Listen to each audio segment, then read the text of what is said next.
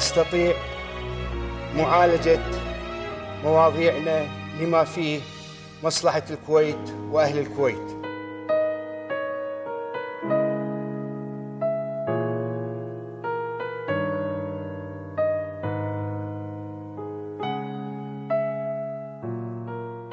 وكل ثقة بأن من خلال تعاوننا جميعاً نستطيع معالجة مواضيعنا لما فيه مصلحة الكويت وأهل الكويت.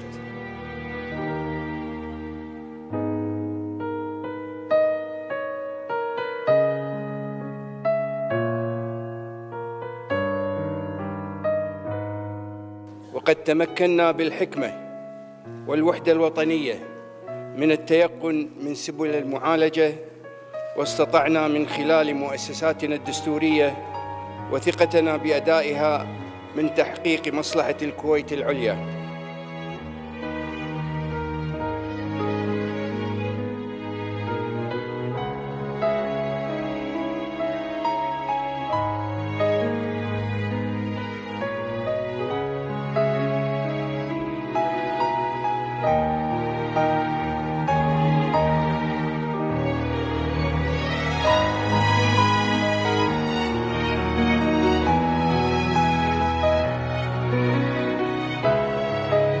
ويحق لنا أيضاً أن نفاخر بشعب الكويت، شعب حفظته إرادة كريمة واصطف وراء قيادة حكيمة، فحفظ العهد وعبر عن الود وصدق الوعد، وكان في اللحظات الصعبة كما في كل تاريخه شعب أصيل أصر على التمسك بشرعيته وتماسكها، وأصر على وحدتها الوطنية ومسيرته الديمقراطية ومؤسساته الدستورية.